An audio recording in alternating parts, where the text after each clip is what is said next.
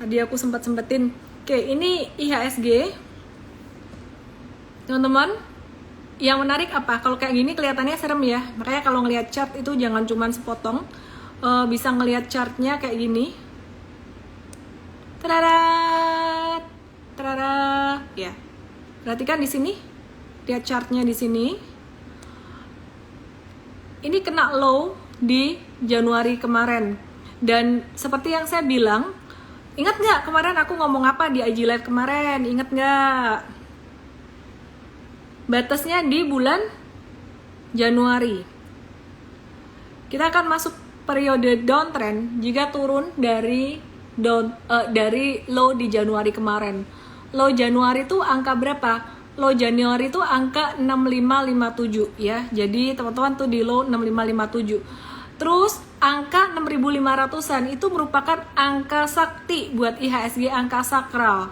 Nah, ini sempat beberapa kali aku zoom out banget chartnya. Semoga terlihat teman-teman semuanya. Ini angka sakral banget karena ini di angka 6500 itu hampir kejebol sekali di November, Desember 2020. Waktu itu 2021 ini masih Desember 2021, terus Januari 2022 6.500. Di sini juga Mei 22 ini di 6.500. Terus Juli 2022 ini low yang sama. Dan ini low yang sama lagi di Januari 2023 ya. Sorry. Ya ini benar, ini Januari 2023 kemarin low yang sama. Dan ini kesentuh lagi low yang sama. Jadi kesimpulannya, angka 6.500 ini merupakan angka support yang sangat kuat dan IHSG potensi untuk mantul atau naik setidaknya sampai ke 6.800. Meski demikian saya mewaspadai, saya katakan baik dan buruknya tuh semua aku kasih tahu ya. Aku kasih tahu bagus jeleknya market tuh semuanya. Jadi bukan cuma aku ngomong bagusnya aja. Bank Indonesia masih oke, terus IHSG kena support kuat bisa mantul. Jadi resikonya atau downside-nya ini secara tren besar dia tuh sideways dan ada ngebentuk pattern dibilang head and shoulders, enggak juga. Cuman yang aku kurang suka di sini tuh low-nya turun terus sehingga ini menunjukkan kekuatan market, kekuatan IHSG itu sebenarnya melemah. Dan coba ditarik di sini.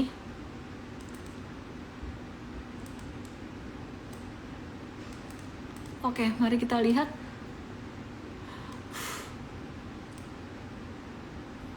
Ya ini ditarik di sini ya. Jadi IHSG kalau misalkan dia naik, nanti naiknya tuh sekitaran seperti yang saya bilang tadi, sekitaran level 6.800-an. Ini aku hapus beberapa garis ini. Aku cuma taruhin satu garis aja yang signifikan karena sebenarnya sama. Nah ini support dari tahun lalu, tahun-tahun kemarin ya. Garisnya kebanyakan aku hapusin di sini. Ya ini jadi supportnya cuma 6.500 di sini. Terus dia akan naik. Kalau naik sampai 6.800, jadi diingat-ingat nih ya, hari ini tanggal 16 Maret. Kita bikin gambar ini. Dia kena 6.800 bisa turun lagi. Nah kalau udah turun lagi gimana dong? Downtrend kah? Belum tentu. Dia bisa konsolidasi di sini gitu ya. Jadi dia bisa konsolidasi di sini. Oke. Ada yang bilang kasih turun dulu ke 5.600, jangan dong. Kalau sampai ke 5.600 itu nggak sehat. But ya kita mesti tetap siap juga ya. 5.600 tuh support juga di sini, 57, 56-an. By the way, sekarang aku mau bahas tentang ya serem gile gitu. Ada yang bilang serem gile. Aduh, bentar ya. Posisi HP-nya ini gak bawa tripod, jadi mesti diakal-akalin, disenderin yang benar supaya tidak jatuh, supaya dia nggak jatuh. Aku mau ngebahas tentang Credit Suisse dan SVB. Tahu nggak SVB itu apa? Silicon Valley Bank dan juga Credit Suisse lagi heboh banget bahwa bank-bank di Amerika itu bangkrut ya, melaporkan bangkrut. Dan yang lebih heboh lagi sebenarnya Credit Suisse ya. Credit Suisse ini lagi goyang banget gitu. Nah, mungkin kalau bank-bank kecil kayak SVB dan teman-temannya, teman-teman tuh bisa kayak, ya itu kan bank kecil aja gitu. Tapi kalau kita udah bicara tentang Credit Suisse ini termasuk salah satu bank besar yang kita mesti perhatikan juga dampaknya apa. Signifikan nggak dampaknya, bisa sampai ke Indonesia nggak gitu. Apakah krisis tahun 2008 akan terjadi? Jadi sebenarnya sorry ya teman-teman ya, aku kurang bisa bacain komennya dulu. Aku akan bahas mengenai bank-bank di Amerika dan juga bank di Indonesia. Oke. Ya, jadi apa sih sebenarnya yang terjadi dengan SVB dan Credit Suisse? Aku ceritain dulu nih. SVB itu dia itu bangkrut karena mismanagement dan juga karena kebijakan The Fed itu yang terlalu agresif. Nah, kenapa demikian? Karena Amerika itu terus melakukan money printing pada masa pandemi kemarin. Jadi itu pertolongan pertama ketika pandemi kemarin supaya ekonominya tuh nggak berhenti. Tapi ini dampaknya sangat signifikan sekali. Jadi money printing dan juga Fed rate yang near zero atau suku bunga The Fed yang hampir nol waktu itu menyebabkan likuiditas berlebihan. Tahu nggak likuiditas itu apa? Likuiditas itu jumlah uang yang beredar itu berlebihan di masyarakat. Dan dana pihak ketiga itu naik signifikan. Sedangkan bank tidak bisa menyalurkan kredit dengan cepat. Jadi orang-orang taruh duit di bank itu banyak, tapi bank itu nggak bisa salurin kredit dengan cepat. Rasio dari loan to deposit ratio dari Silicon Valley Bank ini hanya sekitar 40%. Jadi kelebihan duitnya itu ditaruh di mana sih? Kelebihan duit yang beredar, masyarakat simpen di bank. Sedangkan bank nggak bisa menyalurkan kredit dengan cepat. Orang-orang belum siap untuk pakai utang untuk berbisnis lagi gitu ya, atau untuk hal-hal yang konsumtif. Kelebihan duit dari bank ini dipindahkan ke instrumen obligasi. Nah, ketika The Fed secara tiba-tiba naikin suku bunga, maka harga obligasi yang dipegang oleh bank-bank tersebut itu turun drastis, turun terus. Sedangkan dana pihak ketiga yang tadinya dimasukkan dalam bank ini mulai ditarikin sama nasabahnya. Jadi kalau tadinya nasabah tuh taruh duit di bank, terus karena suku bunganya udah mulai berubah ya, nah ini nasabah udah mulai tarikin gitu. Terus dipindah kemana? Dipindah ke obligasi. Karena yield obligasi itu return dari obligasi yang ditawarkan lebih menarik daripada deposito. Karena bunga deposito waktu itu near zero gitu. Nah terus, semoga teman-teman paham ya. Aku coba jelasin. Silicon Valley Bank ini dia harus menanggung kerugian di obligasi yang sangat besar. Karena kebutuhan likuiditas dari dana pihak ketiga itu terus ditarik oleh nasabahnya. Nah, akibatnya kerugian ini tuh menggerus rasio permodalan sehingga bank itu perlu melakukan penambahan modal. Jadi banknya kurang modal karena duitnya ditarikin terus. Saat inilah panik tuh mulai terjadi.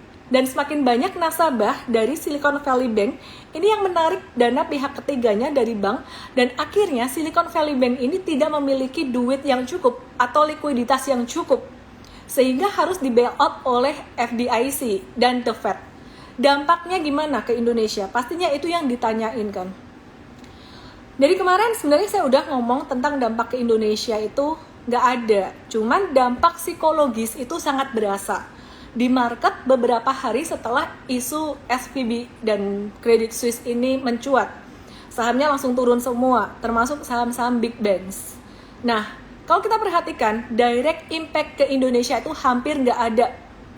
Walaupun jangka pendek ada kekhawatiran di capital market seperti yang tadi saya sudah sebutkan. Jadi, sentimen negatif itu sangat wajar sekali karena secara psikologis. Tapi saya melihat hal ini merupakan satu opportunity seperti yang kemarin saya sebutkan. Risk reward-nya pun jadi sangat menarik untuk jangka panjang. Kenapa? Karena dari sisi makronya dulu. Satu, kebijakan The Fed yang agresif ini sudah mulai memicu rentetan kredit di Amerika. Salah satunya SVB. Nah, dengan krisis di sektor keuangan ini, maka The Fed itu akan dihadapkan dengan pilihan yang cukup sulit. antara nyelamatin sektor keuangannya dulu dengan cara berhenti naikin suku bunga atau malah akan memotong bunga lagi dan memulai quantitative easing lagi. Quantitative easing itu artinya memberikan bantuan lah, bahasa manusianya, bahasa gampangnya gitu loh. Resikonya adalah dolar akan melemah terhadap mata uang lain dan juga terhadap harga-harga komoditas, dan inflasi akan tetap tinggi kalau dia memilih untuk menyelamatkan SVB dan bank-bank ini dulu gitu. Ya, jadi sektor keuangannya kalau diselamatin, maka inflasi akan tetap tinggi. Pilihan kedua adalah dengan tetap menahan suku bunga di level tinggi, tapi resikonya akan terjadi krisis ekonomi di Amerika seperti tahun 1928. Jadi, The Fed sekarang tuh lagi seperti makan buah si malakama. Dia naikin suku bunga, maka sektor keuangan Amerika akan acak-acakan. Krisisnya gede, lebih dari 2008, bahkan seperti tahun 1928. Itu parah banget. Pilihan kedua, dia nolongin dulu sektor ekonominya, nge-bail out bank-bank di Amerika, tapi dia harus menahan kenaikan suku bunga. Sehingga inflasi juga akan tetap tinggi. Jadi gimana dong? Ke kanan salah, ke kiri salah. Kita punya pandangan bahwa The Fed ini akan memilih opsi dia akan nolongin sektor keuangannya dulu dan membiarkan inflasi tetap tinggi. Kenapa demikian? Karena kalau sektor keuangan atau bank-bank di Amerika itu dibiarkan hancur, maka kemungkinan sektor real juga akan terpengaruh. Kredit perbankan itu akan berhenti, mendorong banyaknya gagal bayar, dan juga tingkat pengangguran akan naik, jadi berantakan lebih parah. Tugas The Fed selain menjaga inflasi yang rendah, dia juga menjaga pengangguran yang rendah. Jadi ini maju kena, mundur kena dia. Tapi kita lihat bahwa The Fed itu akan menyelamatkan sektor keuangannya atau bank-bank di Amerika dulu dan menahan laju kenaikan suku bunga. Nah, ini bagus atau enggak buat kita? Ntar ya. Terus, jadi dengan langkah The Fed yang nurunin suku bunga, maka harga komoditas itu akan menguat terhadap dolar. Perhatikan, ini kata kuncinya di sini. Jadi, kalau The Fed gak naikin suku bunga lagi, kalau dia menurunkan suku bunga, maka harga-harga komoditas akan menguat terhadap dolar. Siapa yang untung di sini? Bisa jawab nggak? Siapa yang untung di sini? Indonesia. Indonesia itu salah satu produsen komoditas terbesar di dunia. Akan mendapatkan benefit dari segi trade balance yang surplus. Rupiah stabil dan menguat, dan ujung-ujungnya akan naikin daya beli masyarakat kita. Jadi kalau The Fed maju kena, mundur kena, Indonesia justru malah akan diuntungkan jika dia mengambil opsi untuk Amerika itu menyelamatkan sektor keuangannya dulu. Semoga paham ya. Aku nggak tahu kalian paham nggak sih? Jawab di sini dong, paham nggak? Oke ya, aku ulangin ya. Dengan langkah The Fed nurunin suku bunga, maka harga komoditas akan menguat terhadap dolar. Dan Indonesia sebagai salah satu produsen komoditas terbesar di dunia juga akan diuntungkan karena segi trade balance-nya dia surplus. Rupiah stabil dan menguat, dan ujung-ujungnya akan naikin daya beli masyarakat kita. Jadi ini sebenarnya posisi Indonesia saat ini cukup sehat dan diuntungkan. Asalkan masyarakatnya tuh gak ikut-ikutan. Dikit-dikit takutan. Contoh, aku kasih tahu. Amerika resesi, Eropa resesi. Langsung semuanya ketakutan. Oh, jangan-jangan Indonesia resesi. Pernah saya bikin YouTube di November 2022 kemarin. Bicara tentang resesi, Indonesia gak akan resesi. Justru sektor perbankannya malah akan cuan besar gitu, dan memang itu terjadi, komoditas juga diuntungkan gitu. Sekarang gantian, Amerika sektor keuangan perbankannya berantakan, wah Indonesia ikut-ikutan, ketakutan. Bukan cuma Indonesia sebenarnya, ketakutan. Hati-hati, yang saya khawatirkan bukan masalah makroekonominya Indonesia, tapi self-fulfilling prophecy. Artinya apa self-fulfilling prophecy itu? Orang takut resesi, sebenarnya belum tentu resesi. Tapi jika dia berhenti ngerem, berdagang, ngerem ngambil barang untuk dijual lagi, ngerem kegiatannya, gimana nggak resesi? Definisi resesi itu pertumbuhan ekonomi negatif selama 2 kuartal berturut-turut. Tapi tenang aja, Indonesia enggak. Meskipun orang-orang ketakutan, masih banyak kok orang-orang yang nggak peduli resesi dan masih spend aja gitu. Jadi lupakan tentang itu. Yang saya mau katakan di sini adalah, hai warga Indonesia, kalian jangan ketakutan seperti yang ada di luar-luar dengan cara ikut-ikutan. Wah, di Amerika nge-rush bank, di Indonesia tanpa mencerna berita, ikut-ikutan ambil duit dari bank karena takut di Amerika begini begitu. Yang harusnya nggak apa-apa, bisa terjadi apa-apa. Paham? Semoga paham ya. Tapi saya lihat kayaknya isu SVB ini belum sampai bikin panik yang gimana-gimana seperti isu resesi kemarin. Semoga paham. Terus, tadi aku bilang posisi Indonesia saat ini cukup sehat dan sangat diuntungkan, asalkan orang-orang nggak pada ketakutan sendiri. Yang terjadi pasar saham jatuh 3 hari ini faktor psikologis sebenarnya. Beberapa data makro Indonesia yang sangat suportif adalah government deficit itu kembali turun di bawah 3% sebelum COVID-19. Itu bagus banget. Konsekuensinya, Indonesia itu nggak terlalu membutuhkan dana asing masuk terlalu banyak untuk menutupi defisit APBN-nya. 2. Current account surplus sudah 3 tahun berturut-turut. Beda dengan krisis 2008 dan 2020, di mana current account defisitnya itu sekitaran 2-3%. 3. Rupiah yang stabil karena current account surplus ini akan membantu ngejaga inflasi Indonesia itu nggak tinggi. Nah, jadi ini saya perlu sampaikan supaya teman-teman tuh nggak panik berlebihan. Turun akan tetap turun. Saya nggak ngejamin IHSG nggak breakdown dari 6.500. Bisa turun karena banyak investor tuh ketakutan. Bahkan investor luar negeri pun kadang-kadang mereka takut gitu. Oh, ada ya investor luar negeri yang takut? Aku pikir retail aja yang takut. Ada gitu, ada. Tapi ya anyway, kita masih belajar teman-teman. Banyak juga investor besar yang nggak takut. Terus lalu akhir-akhir ini tuh ada berita mengenai Credit Suisse. Sekarang kita bahas Credit Suisse ya. Yang sahamnya udah drop 96% dari puncaknya. Gimana kira-kira pandangannya mengenai sektor bank di Indonesia? Jadi malam ini aku khusus ngebahas tentang SVB dan Credit Suisse. Kondisi bank di Indonesia saat ini jauh berbeda dengan Amerika dan European banks. Ya, jadi CAR-nya sangat tinggi, capital adequacy ratio, kecukupan modalnya tuh, capital adequacy ratio-nya itu sangat tinggi, di atas 25%. Dibandingkan Amerika dan juga European Bank, CAR-nya tuh cuma sekitar 12-15%. Kalau nggak paham, ya anggap aja kamu paham. Dari segi kapitalisasi, itu sudah jauh lebih sehat dari segi permodalannya. Likuiditasnya juga lebih sehat Indonesia dibandingkan dengan bank-bank di Amerika dan Eropa. Loan to deposit ratio-nya itu masih rendah di bawah 90%. Dan Bank Indonesia itu juga proaktif dalam hal memberikan bantuan likuiditas itu dalam bentuk repo buat bank-bank yang membutuhkan. Intinya tuh masih disupport terus. Kalau kamu bingung dengan istilah-istilah ini, aku permudah. BI masih nge-support terus. Dengan kondisi yang sehat ini tidak hanya berlaku untuk bank-bank besar saja. Dan bank-bank kecil yang baru beberapa waktu lalu meningkatkan permodalan melalui right issue.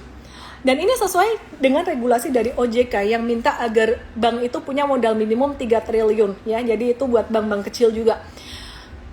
Oke, modal yang naik ini tentu akan meminimalisir resiko tentang likuiditas. Beberapa hari terakhir saham-saham bank kecil dan menengah itu turun paling banyak karena sentimen negatif. Memang yang paling bertahan adalah 4 big banks. Tapi dari segi operasional, bank-bank kecil ini memang belum terlihat ada pengaruhnya. Nah, jadi kekhawatiran investor besar itu lebih pada saham-saham bank kecil, termasuk bank digital. Valuasi gimana saat ini untuk perbankan? Valuasi saat ini tuh kelihatan sangat menarik ya untuk beberapa perbankan. Seperti contohnya BRI kemarin kita ada review, dia tuh valuasinya mulai slightly discounted. Ya, jadi udah sempat valuasinya agak mahal, tapi dia udah slightly discounted. Kemudian dari sektor perbankan lagi yang bukan 4 big banks, sempat ditanyakan beberapa kali mengenai BBTN. BBTN secara teknikal itu memang breakdown. Jadi kalian kalau lihat chartnya breakdown, it's not for the trader, tapi kalau kamu mau investasi jangka panjang, ya ini waktunya kamu nyicil-nyicil nanam benih gitu loh. Jadi ketika saya ngobrol dengan teman-teman juga, hari ini saya ada business gathering dengan teman-teman di sini di Jakarta, ditanya peluangnya gimana. Sekarang peluangnya menabur benih untuk jangka panjang gitu. Ya, itu tadi BBTN valuasinya juga sangat murah. Terus dari bank digital gimana? Dari bank digital memang ya resiko tuh masih ada. Tapi ada satu bank digital BBYB itu valuasinya udah mendekati 1 kali PBV. Dan saya nggak ngomong teknikal di sini. Kalau ngomong teknikal secara tren ya memang masih lambat gitu. Tapi sebagai gambaran aja, valuasi bank-bank digital seperti New Bank di Brasil, Kakao Bank South Korea, dan Paytm di India itu valuasinya bisa mencapai 3 sampai 4 kali bisa mencapai sekitar 3 sampai 4 kali book value. Jadi BBYB ini masih murah, BBTN masih murah. BBRI dibandingkan dengan peers-nya dia juga saat ini lagi terdiskon.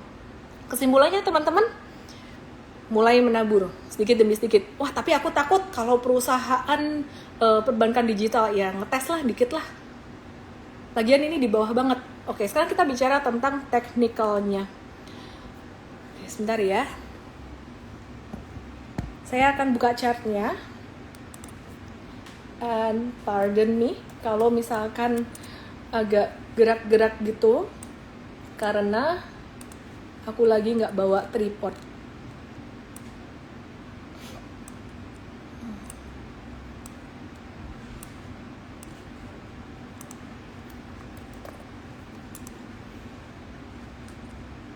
Oke. Kita akan review beberapa saham perbankan. Aku akan start dari perbankan digital dulu. Dan yang mewakili di sini salah satunya adalah BBYB. Oke, aku coba untuk sestabil mungkin ya ininya. Oke. Ya ini BBYB. Ini BBYB bisa diperhatikan di sini. Dia tuh turun terus 1, 2, 3, 4, 5, 6, 7, 8 bla, turun terus nih ya di sini. Kalau kayak gini ini jangan nangkep pisau jatuh, ini bisa turun lagi sampai 350. Cuman teman-teman ini aku ngomongin ini monthly chart ya, tidak ada saham yang bentuknya kayak gini terus kalau dia fundamentalnya membaik gitu loh. Jadi dia kan potensi untuk bisa naik ya. Seandainya dia naik di sini, ini mantul tuh sampai 750-an dulu. Intinya ini aku bukan mau rekomend dia untuk investasi, tapi secara monthly itu kayaknya menarik kalau kita misalkan mau ngetes lah ya, mau nabur dikit-dikit. Terus sekarang kita akan lihat BBTN dari 3 saham perbankan yang mewakili dari perbankan digital, perbankan konvensional yang bukan for big banks dan juga for big banks-nya sendiri.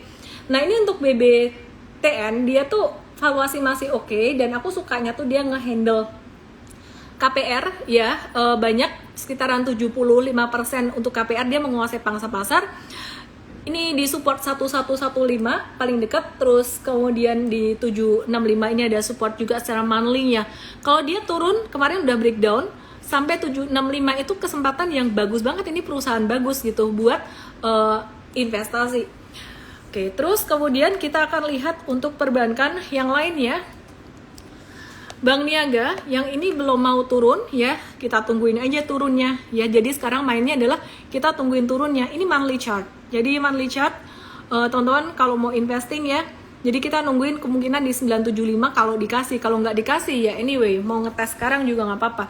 Prinsipnya ketika investasi jangka panjang itu tes dan ukur, jangan semua duit dicemplungin di situ gitu. Terus ini kita lihat BBRI, valuasinya sudah cukup tinggi tapi kembali turun fair value dan ini naik terus. Jadi teman-teman mungkin bisa dikombin dengan saham-saham yang tadi saya bilang, perbankan yang tadi saya bilang ya. Jadi judulnya malam hari ini tuh khusus ngomongin tentang perbankan. Dan ini BBRI kalau ada pattern double tops kayak gini dia bisa turun kemudian sampai 4380-an. Dan nggak usah takut, nggak usah khawatir teman-teman. Kalau misalkan turun sampai angka itu sudah discounted.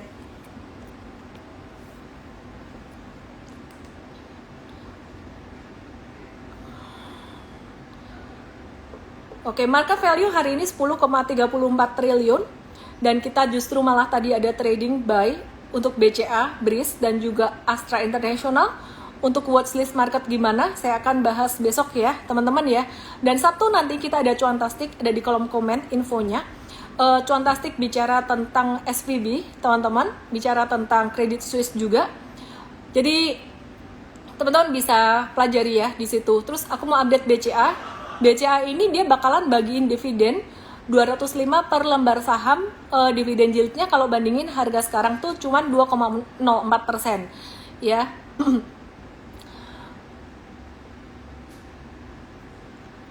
Oke, terus semen, aku update dikit untuk semen. Sektor semen ini menarik. Dia volume penjualannya meskipun agak turun di Februari 2023 ini, tapi aku ngelihat secara chart, sabar ya.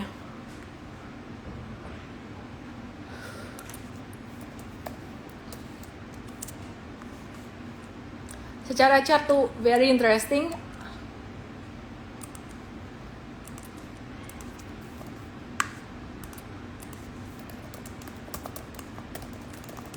Bentar ya.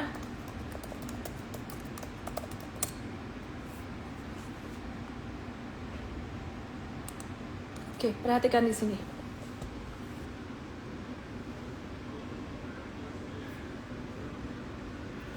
Mtrade berani belanja ya dikit-dikit toh. Kalau trading yang kan kita kan pakai money management juga, nggak langsung hajar banyak kan, palingan 5%-5%an gitu.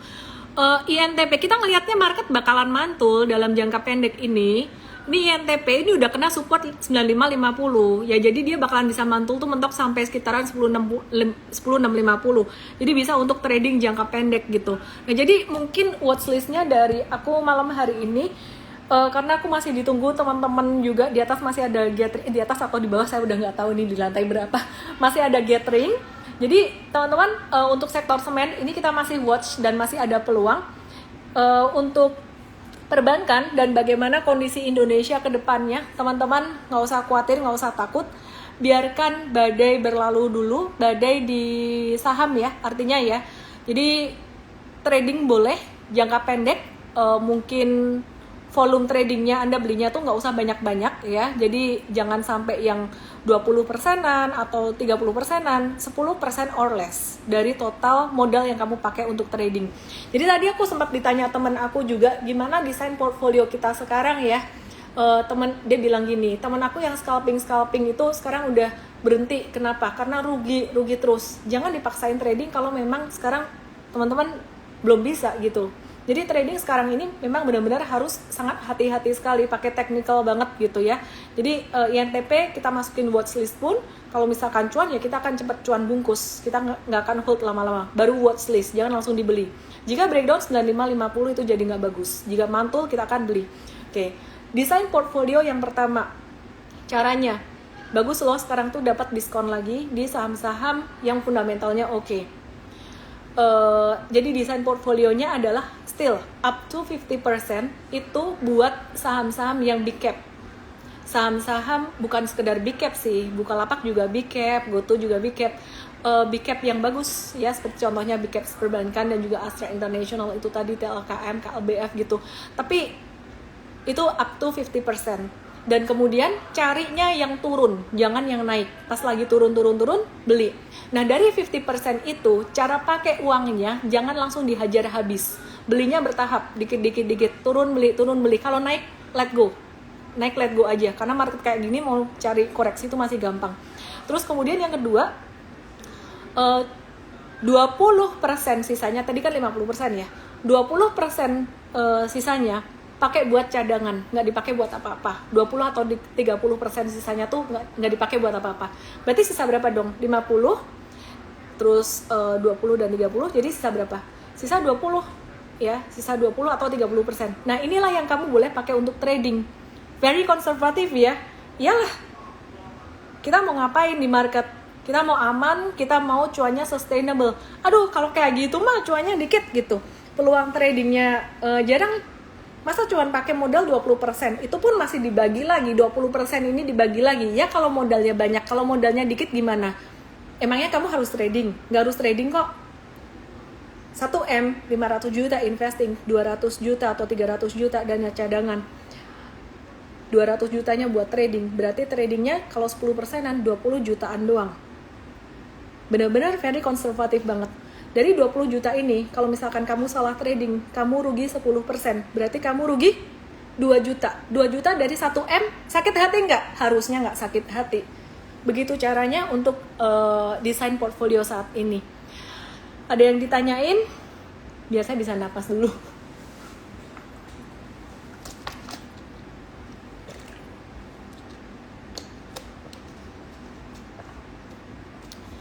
Trading porsi kecil, banyakin investing. Dana 20-30% tadi buat apa sih? 20-30% tadi itu buat dana cadangan yang kita nggak tahu jika market tambah turun, kita akan buy on dip. Tapi jika ternyata marketnya belok naik, itu kita pakai buat trading. Jadi 20-30% tadi itu sebenarnya buat kita wait and see, lihat sikon market.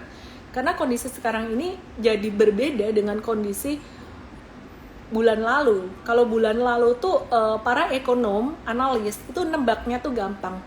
Faktornya cuma suku bunga aja. Kalau suku bunga berhenti naik, bagus.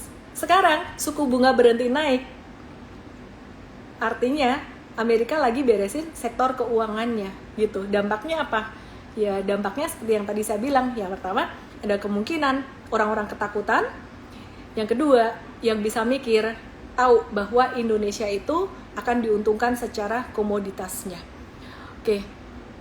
Kalau tidak bekerja, punya tabungan berapa persen untuk trading? Aku nggak tahu juga. Kamu punya dana cadangan, dana darurat bisa buat hidup berapa lama? Kalau cuma buat hidup 6 bulan, 1 tahun, lebih baik jangan. Ngeri cara minumnya. Oh gitu ya, jadi harus elegan ya. Lupaan. Setiap bulan harus dijual semua gitu nggak sahamnya buat review portfolio?